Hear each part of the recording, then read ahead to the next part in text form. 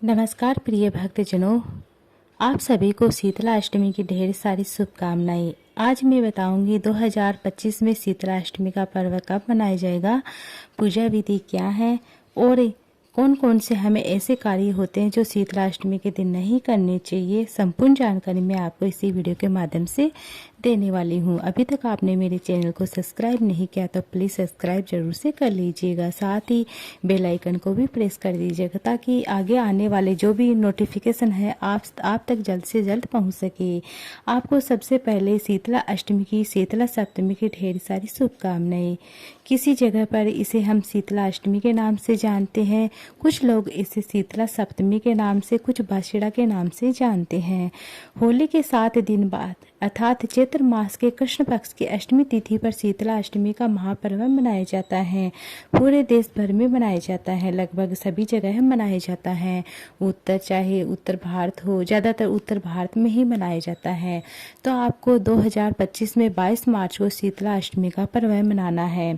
आपको मैं बता दूं कि शीतला अष्टमी की तिथि 21 मार्च को आधी रात के अर्थात 4:25 से यह तिथि प्रारंभ होगी शाम को, और 23 मार्च को जैसे कि सुबह के समय 5:24 पे तिथि समाप्त हो जाएगी। उदय तिथि को ध्यान में रखते हुए 22 मार्च को ही शीतला अष्टमी का पर्व मनाया जाएगा। और मैं आपको बता दूं कि शीतला अष्टमी का व्रत जो भी महिलाएं करते हैं, यह व्रत उस दिन सूर्योदय से सूर्यास्त तक मूल नक्षत्र में रखा जाता है। ज्योतिषों का मानना है कि माँ शीतला को बासी भोजन का भोग लगाना चाहिए और हो सके तो मतलब नीम के पत्तों का बंदवार बनाकर और जो प्रथा चली आ रही है उसके अनुसार, नियमों के अनुसार पालन करना चाहिए। 7वीं तिथि पर भोजन बनाने की जगह को साफ सुथरा करना चाहिए। गंगाजल से छिड़के, पवित्र गंगाजल से छिड़के फिर माँ शीतला के लिए भोग बनाए। रात्रि में भोग बनाया जाता है, माता को शीतला भोग अर्पित किया जाता है, जैसे कि चावल है, जो गुड़ के चावल होते हैं वह, मीठे चावल होते हैं वह, और साथ में जैसे कि मीठी रोटी है, शक्कर पारा है, पपड़ी है, जो भी बनाते हैं, जहाँ जैसी परंपरा है उसके अनुसार जो चीज़ें बनती है वैसे चीज़ें बनाकर आप अपनी जगह पर जैसे शीतला अष्टमी का पूजन कर सकते हैं। इस व्रत से आरोग्य का वरदान हमें प्राप्त होता है। माता शीतला बच्चों की जो भी जैसे गंभीर बीमारी होती है, बुरी नज़र से रक्षा करती हैं। स्कंद पुराण में बताया गया है कि शीतला माता गधे की सवारी करती हैं और हाथों में कलश लिए हुए हैं, झाड़ू है उनके हाथों में, एक हाथ में उनके सूप है और नीम की पत्ती धारण किए हुए हैं। माँ को हमें मतलब बासी भोजन लगाना चाहिए ना। कहा जाता है कि माता शीतला को शीतल वस्तुएं अति प्रिय हैं। शीतला अष्टमी के दिन गर्म भोजन नहीं बनाया जाता है। सुबह जो भोग लगाया जाता है वह बासी भोजन का भोग लगाया जाता है, क्योंकि इस दिन भोजन नहीं पकाया जाता, आग में नहीं जलाई जाती हैं। शीतला अष्टमी के दिन माँ शीतला को बासी का भोजन लगाकर उसे प्रसाद के स्वरूप में ग्रहण करते हैं। मान्यता कि ऐसा करने से माँ शीतला प्रसन्न होती हैं और हमें शीतलता प्रदान करती हैं, हर प्रकार के रोगों से और संक्रमण रोगों से हमारी रक्षा करती हैं। अब मैं आपको छोटी सी कथा सुनाने जा रही हूँ। ऐसा माना जाता है कि शीतला माता भगवती दुर्गा का ही एक रूप है। भारतीय उपासना पद्धति जहाँ मनुष्य को आध्यात्मिक रूप से मजबूत प्रदान करती हैं, वहीं शारीरिक और मानसिक रोगों को दूर करने का भी इसका उद्देश्य होता है। कहा जाता है कि गर्मी के दिनों में जो शरीर में तपन होती है, पित्त विकार प्रारंभ हो जाता है। ऐसी मान्यता है कि शीतला अष्टमी का व्रत रखने से जो छोटी माता होती है उसका प्रकोप दूर होता है। शीतला अष्टमी और शीतला सप्तमी व्रत मनुष्य को चेचक जैसे रोगों से बचाती है। प्राचीन काल से यह परंपरा चली आ रही है। आयुर्वेद का भी मानना है कि चेचक का नाम ही शीतला कहा जाता है, अतः इसे शारीरिक शुद्ध और मानसिक पवित्रता और खान पान की सावधानियों का संदेश देती हैं। इस व्रत में अष्टमी के दिन कलश स्थापना कर माता का पूजन किया जाता है, प्रार्थना की जाती है। चेचक, गलगोटू, बड़ी माता, छोटी माता, तीवर दाह है जैसे कि फोड़े, नेत्र रोग, शीतल जनित सभी प्रकार के रोग दोष शीतला माता की आराधना करने से दूर होते हैं। पूजा जो करते हैं ठंडा बासी भोजन का भोग ग्रहण करते हैं उससे दूर होते हैं। अब मैं आपको शीतला अष्टमी की कहानी सुनाने जा रही हूँ। एक बार एक राजा के इकलौते पुत्र को शीतला अर्थात चेचक निकल गया था। उसी के कारण में एक काची पुत्र को भी निकल गया था, शीतला निकल गई थी। काची परिवार बहुत गरीब था पर भगवती का उपासक था। वह धार्मिक दृष्टि से जरूरी समझने वाले सभी नियमों का, बीमारियों का पालन करता था, भली भांति निभाता था। घर में साफ सफाई का विशेष ध्यान रखता था। नियमों से भगवती की पूजा होती थी। नमक खाने में कोई भी नमक इस टाइम पे नमक नहीं खाया जाता है, खाने में नमक नहीं दिया जाता है, उसका भी पालन करता था। सब्जी में छोंक नहीं लगाया जाता था। न कोई वस्तु भुनी हुई तली हुई दी जाती थी, गर्म वस्तु भी नहीं दी जाती। स्वयं भी ठंडा खाते और शीतला वाले जिसको माता निकल रखी है उसको भी ठंडा दिया जाता है। ऐसा करने से उसका पुत्र अति शीघ्र ठीक हो जाता है। उधर जब से राजा के लड़के को शीतला का प्रकोप हुआ तब से उसने भगवती के मंडप में सतचंडी का पाठ करना शुरू कर दिया है। रोज हवन करता, बलिदान मतलब बलि देता। राजपुरोहित की सदा भगवती के पूजन में निगम करता और राजमहल में रोज कढ़ाई चलती। विधि प्रकार से गर्म स्वादिष्ट भोजन बनाता। सब्जी के साथ कई प्रकार के मांसाहारी भोजन भी बनाता था। उसका परिणाम ये था कि उन लजीज भोजनों की गंध से राजकुमार का मन मचल उठता था। वह भोजन के लिए जिद करता। एक तो राजपूत दूसरे इकलौता था, इस कारण उसकी अनुचित जिद भी पूरी की जाती थी। इस पर शीतला का को बढ़ने लगा था, घटने की बजाय बढ़ने लगा था। साथ में बड़े बड़े फोड़े फुंसी होने लगे थे। उसे खुजली और जलन अधिक होने लगी थी। शीतला की शांति के लिए राजा जितने भी उपाय कर रहा था, शीतला का प्रकोप उतना ही बढ़ता जा रहा था, क्योंकि अज्ञातवश राजा ने यहाँ सभी कार्य उल्टे हो रहे थे। इससे राजा अधिक परेशान हो गया था। उसकी समझ में नहीं आ रहा था कि मैं करूँ तो क्या करूँ, शीतला का प्रकोप कैसे शांत हो जाए। एक दिन राजा के गुप्तचरों ने उन्हें बताया कि काची पुत्र को भी शीतला निकली थी। वह बिल्कुल ठीक हो गया। यह जानकर राजा को सोच में पड़ गया। मैं शीतला की इतनी सेवा करता हूँ और पूजा अनुष्ठान करता हूँ, मैं कोई कमी नहीं रखता हूँ, पर मेरा पुत्र अधिक रोगों से ग्रसित होते जा रहा है, जबकि काची पुत्र बिना सेवा पूजा के ही ठीक हो गया। इस सोच में उसे नींद नहीं आई।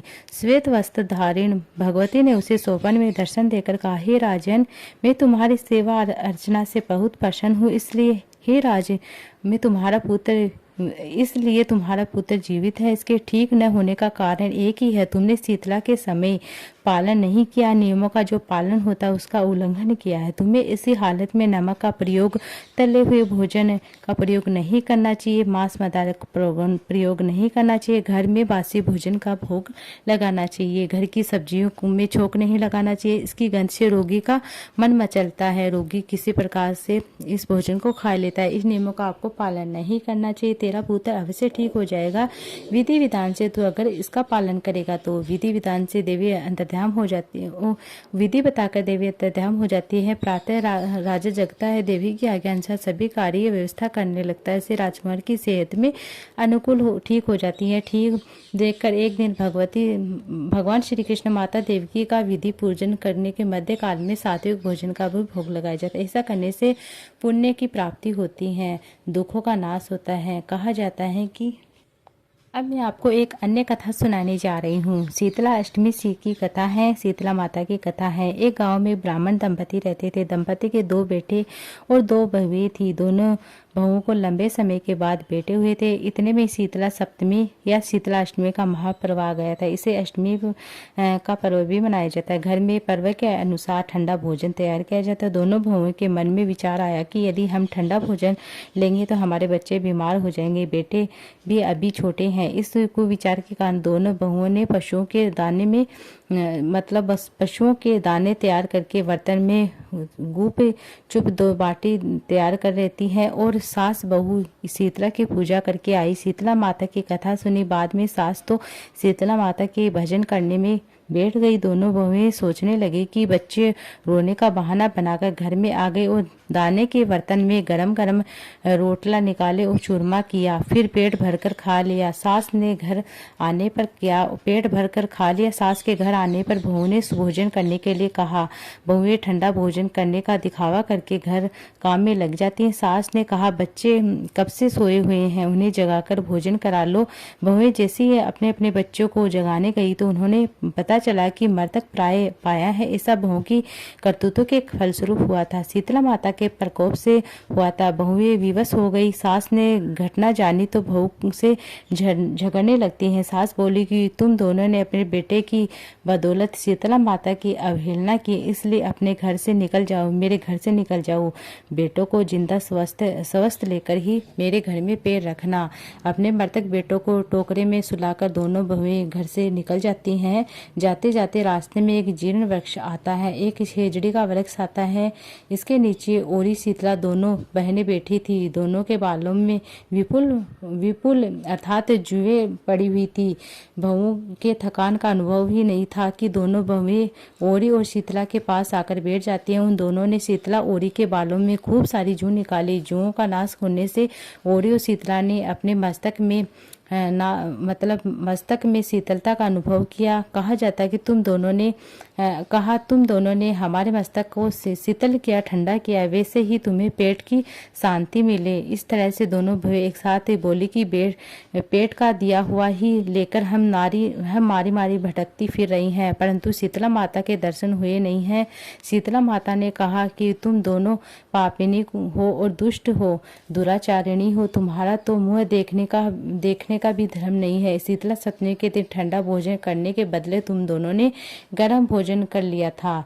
यह सुनते ही बहू ने शीतलता माताजी को पहचान लिया और देवरानी जेठानी दोनों माताओं को वंदन किया और गिड़गिड़ाते हुए रोने लगती है। कहने लगते हैं, हम तो भोली भाली हैं, अनजाने में गरम खा लिया।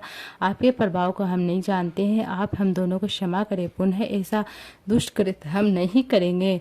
उनके पश्चात भरे वचनों को सुनकर दोनों माताएं प्रसन्न हो जाती। शीतला माता ने मृतक बालकों को जीवित कर दिया। बहुएं तब बच्चों के साथ लेकर आनंद से पुनः गांव लौट आती हैं। गांव के लोगों ने जाना कि दोनों बहुओं को गांव शीतला माता का साक्षात दर्शन हुए हैं। दोनों को धूमधाम से स्वागत करके गांव में प्रवेश कराया।